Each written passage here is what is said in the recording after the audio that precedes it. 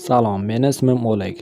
Men armiyani tamomlaganimdan so'ng o'zimga ish qidira boshladim. Kunlarning birida gazetada bir e'lon ko'rdim. 13-maktabga axrana kerak ekan. Eshitishimcha, bu yerga axrana bo'lib ishga kirgan xodimlar har 3 kunda bo'shab ketar ekan. Negaligini bilmadim. Direktor bilan gaplashdim. Direktorning aytishi bo'yicha, u yerda ajinalar bor deb sizdan oldingi axranalar qo'rqib ishdan bo'shaganini xabarini berdi. Men ertasi kuniyoq ishga keldim. Faqat mening qo'riqlash vaqtim tunda edi. Mening birinchi ish kunim. U yerda telefonimni kavlab o'tirar edim. Hamma yoq jimjit. Badaniga chiroq o'chib yona boshladi. Hamda qadam tovushi eshitila boshladi. Men zal tomon chiqdim. Ammo hech narsa yo'q. Kim bor bu yerda deb baqirdim, ammo javob yo'q edi. Qarshimdagi xonani ochdim. Fonarimni yoqdim. Qandaydir tarix xonasi. Ammo bu yerda hech kim yo'q edi.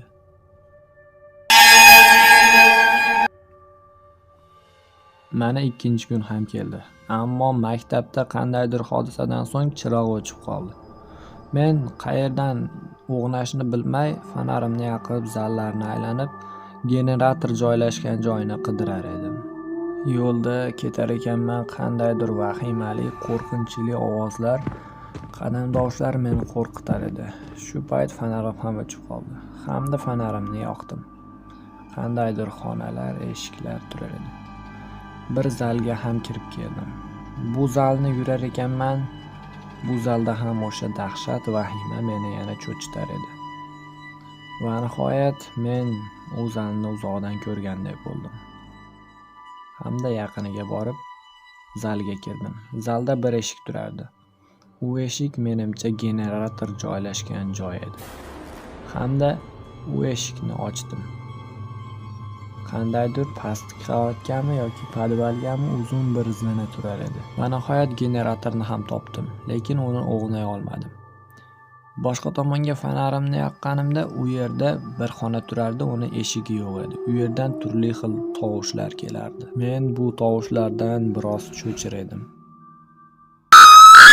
Dahshat, bu dahshatli voqeadan so'ng men bu yerda ishlamaslikka qaror qildim, ammo boshqa axranalarga o'xshab qo'rqoq degan nom olishni xohlamadim.